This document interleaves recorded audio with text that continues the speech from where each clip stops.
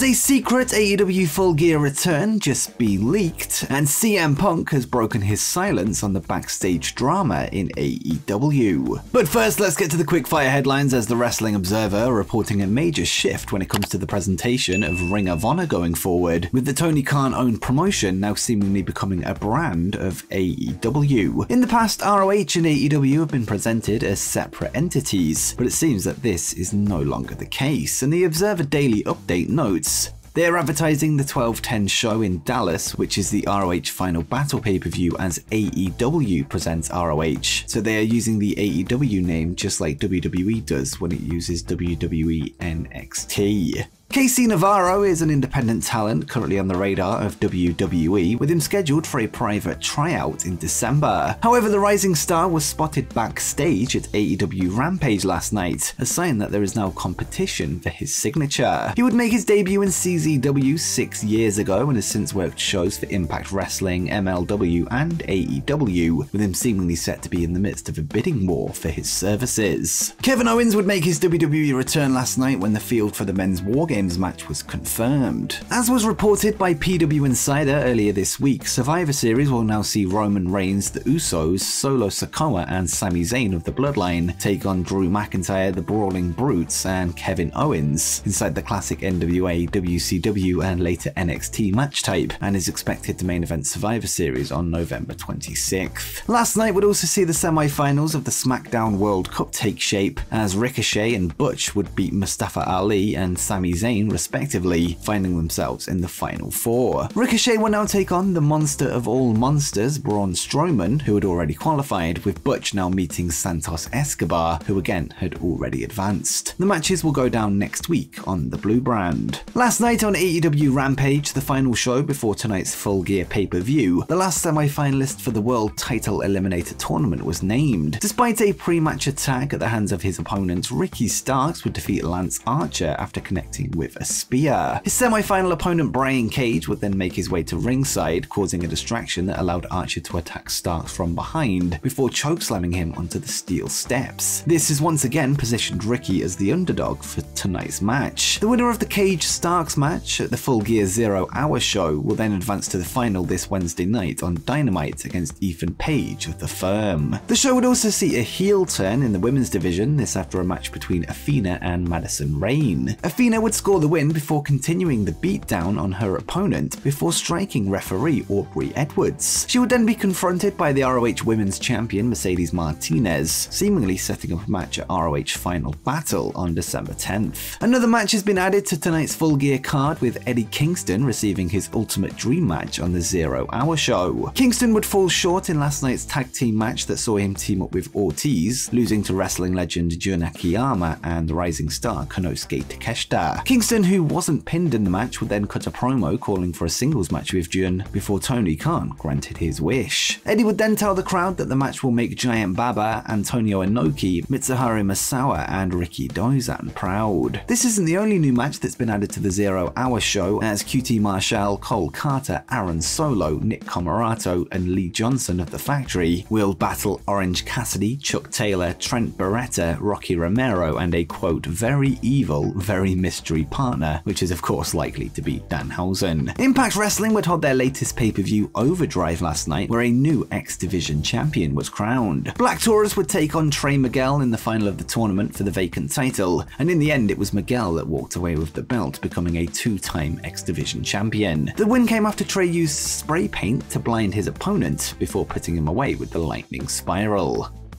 And next up, Tony Khan has discussed the expansion of AEW's live event schedule. All Elite Wrestling would recently hire third-generation promoter Jeff Jarrett as the Director of Business Development, with him set to help lead the live events department of the company. Speaking on Busted Open Radio ahead of tonight's Full Gear event, AEW President Tony Khan would discuss the impending expansion of the live events calendar, confirming that he wants to increase his content lineup and utilize more people on the roster, and he would say, I think in 2023 I would love to expand our content, and we have such a great roster. I think I can utilize the people on the roster even more, and there's ways we can do that by expanding the content, doing more shows, and I do think live events is something we can do more of, and we have the potential to do that. We have the wrestlers and we have the interest around the country, and there's markets that we're just hitting for the first time in years. We have that capacity. That's one of the reasons I want to do more live events and increase our live event revenue, bring it up, because that's one of the reasons I brought in somebody who has such great experience there in Jeff Jarrett, who has worked in the office of I guess at least 4 promotions off the top of my head, if not more, and wrestled in countless promotions. So certainly Jeff's experiences are so valuable in that area. So as we expand live events, I think Jeff, with his experience there, will be a great person to help grow that part of the company, in addition to being a great wrestler. So far, AEW have only ever held one untelevised live event or house show, which was the House Always Wins in April 2021. The new plan to hold more untelevised events will no doubt help the roster get more reps in the ring to avoid any ring rust, whilst giving fans more opportunities to see their favourite wrestlers live.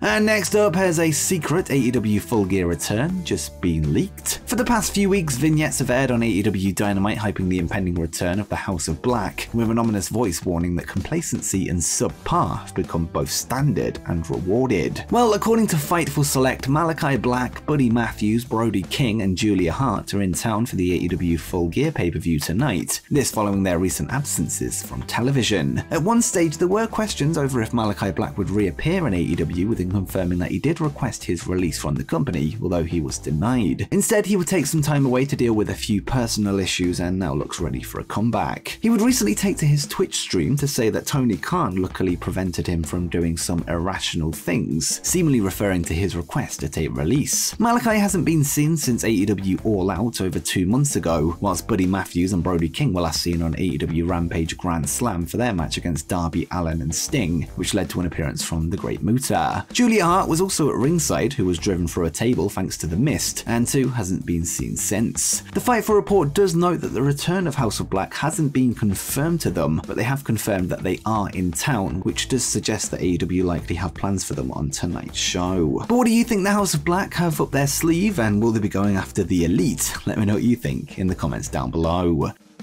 And next, CM Punk has broken his silence on the backstage drama in AEW. Last night at the latest Cage Fury Fighting Championship MMA event, CM Punk would once again return to the commentary booth where his co-hosts played a rib on the former world champion. One of his colleagues joked that Cage Fury are about to start Fury Pro Wrestling next year, and they are looking to sign CM Punk as their big marquee signing. Punk would then make fun of rumors that he is toxic in the locker room and would say, "I am bad news, you don't want me in the locker room."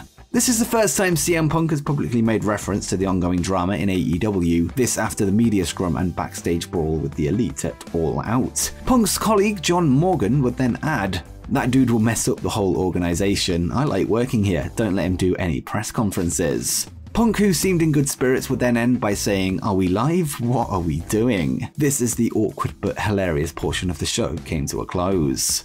Another interesting note from the exchange came when one of the commentators pointed out that Punk is, quote, apparently nursing a shoulder injury before Punk nonchalantly flexed his arm. I might be reading into it a bit too much, but is this a sign that he's not actually injured? Probably not, but I thought it was worth pointing out that he said apparently, and it did seem a bit sarcastic. After this, Punk would then say that he's hurting everywhere, and then highlighted the fact that his fist was in pain, perhaps a reference to the fact that he apparently punched Matt Jackson. Another question is, are we being worked over the injury? At this point, I have no idea. What we do know is that Punk has now been removed from the cover of the AEW Fight Forever video game, something that before had been pointed at when discussing whether he has a future in AEW. Well, last night, PlayStation would release the latest trailer for the game, and at the close of the video, where the cover is shown, a new graphic would appear. Instead, the Green Revolution themed cover that featured CM Punk, Britt Baker, Kenny Omega, Jon Moxley, Jade Cargill, and Chris Jericho was replaced with one with an AEW Dynamite theme to it, which sees Omega front and center instead of Punk, who has been replaced by MJF, Sting, Hangman Page, and Bryan Danielson. Everyone else from the original cover also remains. It's unknown if this means Punk is out of the game entirely, although according to Kenny Omega, Cody Rhodes is still in the game despite him leaving AEW for WWE, so this might be a sign that they're keeping Punk in also. It's worth noting that Punk is still under contract with AEW and that he is still listed on the official AEW roster page on the website, shirt, and his merchandise is still available on Shop AEW, with an event-exclusive shirt being sold at arenas. This could just be leftover stock that was prepared before the situation came to a head, with them just shifting that out with perhaps no plans to release it online, with maybe his departure pending. But I guess we'll just have to see how it plays out in the coming months. And before you go, make sure you check out the 12 most obscure WWE appearances from AEW wrestlers.